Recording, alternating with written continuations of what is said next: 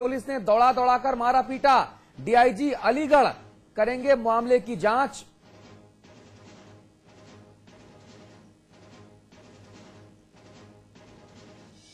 लखनऊ में पुलिस हिरासत में युवक की मौत से मचा हड़कंप। परिवार वालों ने लगाए हत्या के आरोप। चौकी इंचार्ज समेत 6 पुलिस वालों पर हत्या का मुकदमा दर्ज।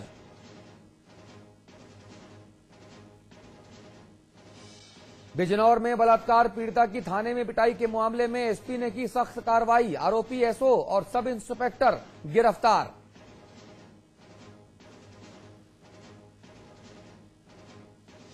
कन्नौज में बहन से छेड़खानी का विरोध करना युवक को पड़ा महंगा। दबंगों ने घर में घुसकर की युवक की हत्या।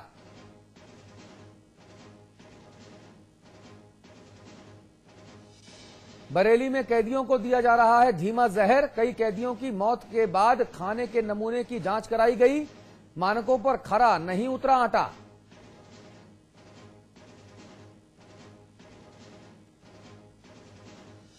और हरिद्वार में 22 फीट गहरे बोरवेल में गिर गया मजदूर। रेस्क्यू ऑपरेशन में जुटा प्रशासन।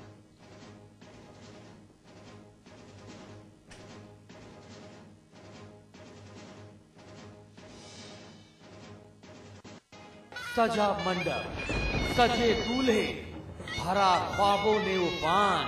नौजवानों ने कहा है कि हम लोग चुनाव के लिए तैयार हैं और चुनाव की पूरी तैयारी कर ली है। बजा घंटा, छिना सेहरा, लुट गए अरमान, वो 8 घंटे। नमस्कार, आपके साथ मैं अतुल अग्रवाल हूं। जिस बैठक में समाजवादी पार्टी के सुप्रीमो मुलायम सिंह यादव समेत पार्टी के सभी बड़े और प्रमुख नेतागण मौजूद हों और गहन विचार विमर्श और मंथन के बाद कोई फैसला लिया जाए, ऐसे में समाजवादी पार्टी के भीतर भला ऐसा कौन सा शूरवीर पैदा हो गया जो उस फैसले की मुखालफत करने की कल्पना भी कर पाए। दरअसल ऐसी कोई सूरत आज तक ना तो बनी थी ना ही दिखी थी, इसीलिए थोड़ा अटपटा जरूर लग रहा है। अटपटा इसलिए क्योंकि जो आज तक अकल्पनीय लगता था वो हकीकत में हो कैसे गया। जी, 17 अप्रैल यानी कल पार्टी की बैठक में पार्टी की फ्रंटल विंग्स बहाल करने का फैसला लिया गया था। बाकायदा मुनादी की गई, प्रेस रिलीज जारी हुई दस्तखत से, सील ठप्पे मुहर से। लेकिन शाम ढलते ढलते फैसला बदल गया और कहा गया कि इन विंग्स के राष्ट्रीय और प्रदेश अध्यक्षों की बहाली नहीं हुई। यानी विंग्स बहाल हो गई, अध्यक्षों की बहाली नहीं हुई। अब सवाल तो उठेंगे ही कि जनाब आखिर ये किस शूरवीर की वीरता का कमाल है कि सार्वजनिक मंच से किया गया फैसला यूं पिछले दरवाजे से, बैकडोर से, आहिस्ता से बदलना पड़ा। इस मुद्दे पर बातचीत करेंगे अमिताभ अग्निहोत्री जी, हमारे मैनेजिंग एडिटर हमारे साथ हैं।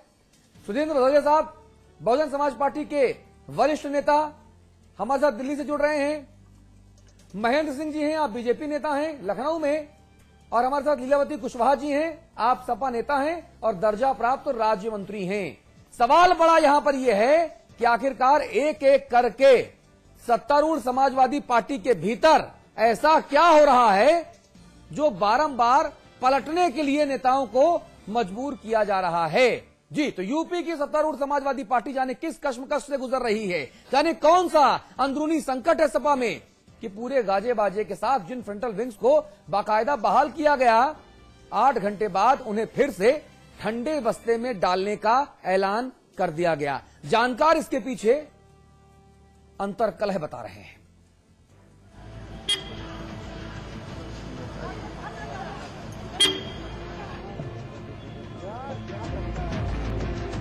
लोकसभा चुनाव करीब दिखाई दे रहे हैं। लड़ाई निसंदेह भारी होगी। तो जो भी भव्य आयोजित किया गया, गरज थी कि लोग बाग जान सके कि साहब हम तैयार हैं। लखनऊ के 19 विक्रमादित्य मार्ग पर मेले सा माहौल था।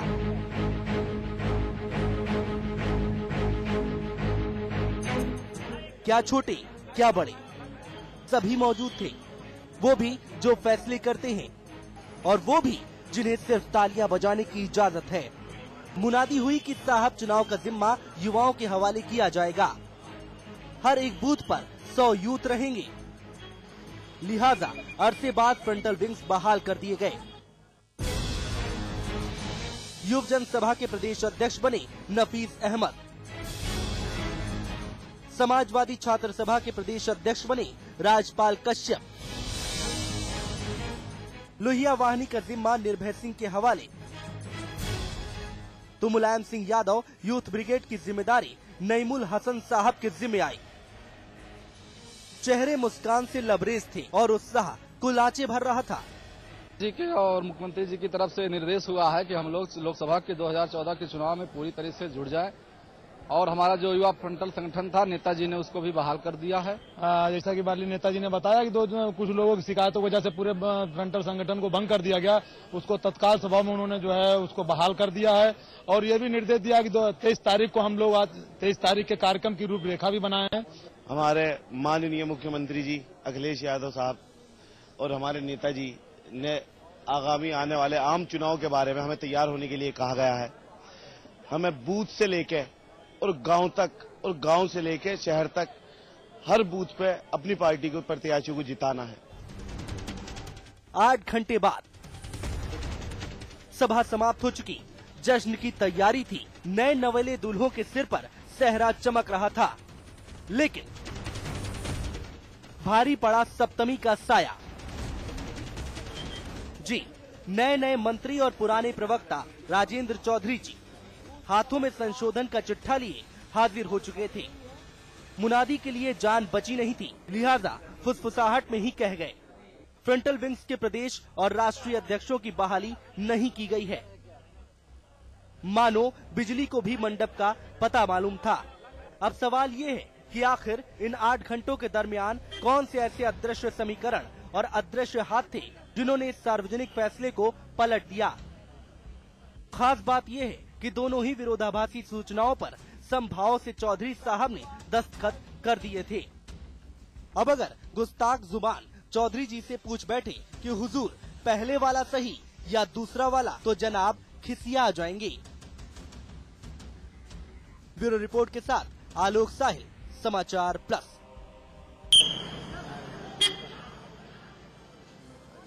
और आइए आपको सुना देते हैं सपा समेत बाकी पार्टियों का इस 8 घंटे के रहस्य के बारे में क्या कहना है। बाद में रहस्य पर्दा तो खैर हम उठाएंगे ही। विपक्षियों को इसमें बोलने का कोई अधिकार नहीं है। ये समाजवादी पार्टी के संगठन का अंदरूनी मामला है। लगता तो ऐसा ही है, लेकिन इसका स्पष्टीकरण तो वही लोग दे सकते हैं। जी, सरकार से लेकर संगठन तक हर जगह अव्यवस्था और भ्रम की स्थिति है। सब लोग कंफ्यूजन में हैं और एक तरफ निर्णय लिया जाता है, दूसरी तरफ उसको किया जाता है। और जिस तरीके से युवाओं को लेकर के उनके यहाँ भ्रम है, वो तो दुर्दशापूर्ण कगार पर पार्टी पहुंच गई है। जी, मन तो बहुत था कि लीलावती कुशवाहा जी से पहला सवाल किया जाए, लेकिन किन्हीं वजहों से हमारी आवाज उन तक नहीं पहुंच पा रही है। तो हम सुधींद्र भाई भदौरिया जी के पास चलेंगे। सुधींद्र जी, एक बूथ 100 यूथ, 8 घंटे बाद एक बूथ 100 जूतों में पैजार। गजब का समाजवाद है भाई, ये गजब का समाजवाद है। आप कहते हैं फ्रंटल विंग बहाल हुई, अध्यक्ष बहाल नहीं हुए। जब अध्यक्ष बहाल नहीं हुए तो विंग बहाल कैसे हो गए? बड़ा सवाल तो ये। और अगर अध्यक्ष बहाल नहीं हुए तो ये सारे लोग मीडिया के सामने आकर, जैसे बरसात में टर टर की आवाज आती है ना, वैसी आवाजें क्यों निकालने लगी अपने अपने मुंह से?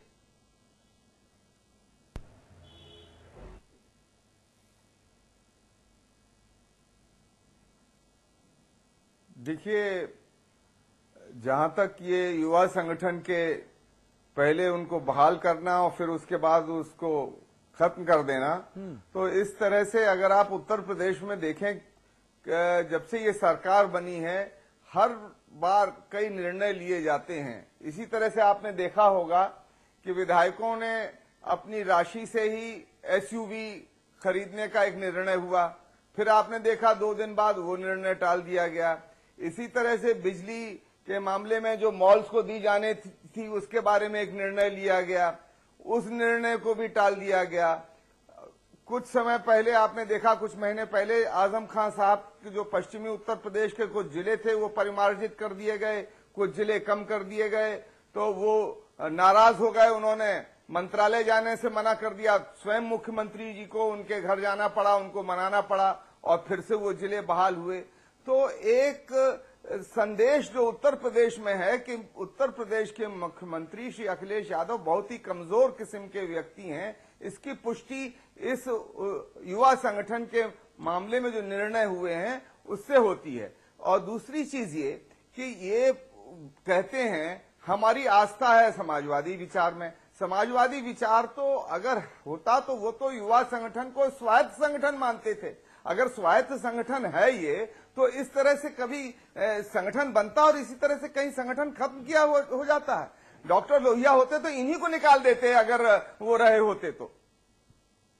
जी सिंह साहब, ये गजब की बयार है भाई। विंग बहाल हो गई, अध्यक्ष बहाल नहीं हुए। अध्यक्षों ने बाहर आके दम ठोंक दिया।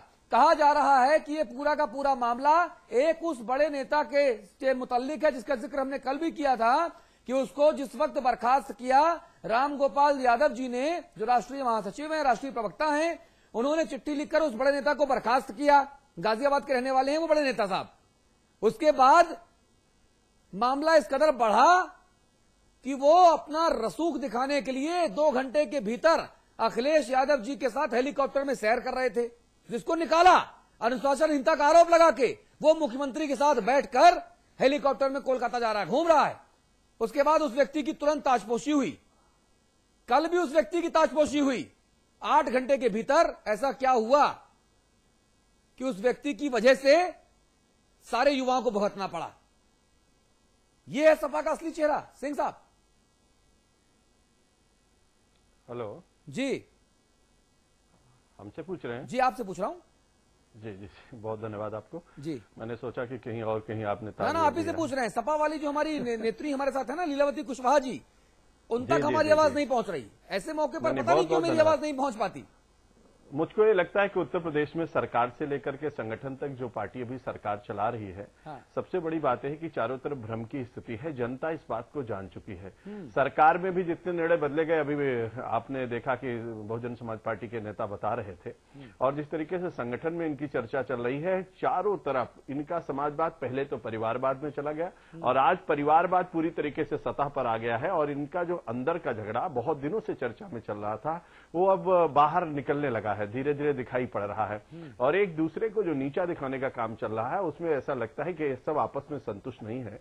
अभी तक जनता कहती थी कि 1 मुख्यमंत्री हैं या 5 मुख्यमंत्री हैं, कोई कहता है 4.5 मुख्यमंत्री हैं, कोई किसी के बारे में कुछ कहता। अब संगठन के अंदर भी ये हो गया। पहले लोग कहते थे कि मुखिया 1 है, लेकिन अब ऐसा लगता है कि 1 मुखिया नहीं है, कई मुखिया हो गए हैं। परिवार में भी विभाजन की रेखा बन गई है और वो सब चीजें आ रही हैं। और हमको ये लगता है कि यह उत्तर प्रदेश के लिए और उनकी पार्टी के लिए जो भी स्थिति बन रही है, उसमें जनता जिस तरीके से त्रसित हो रही है, वो सबसे भयंकर स्थिति है। अमिताभ अग्निहोत्री जी, बड़ा सवाल यहां पर यह है, आपने तमाम लोगों के नाम ऐलान किए, आपने बाकायदा हस्ताक्षरित ये प्रेस नोट जारी किया, आपने इसमें जो लिखा वो लिखा प्रकाशन एवं प्रसारण हेतु।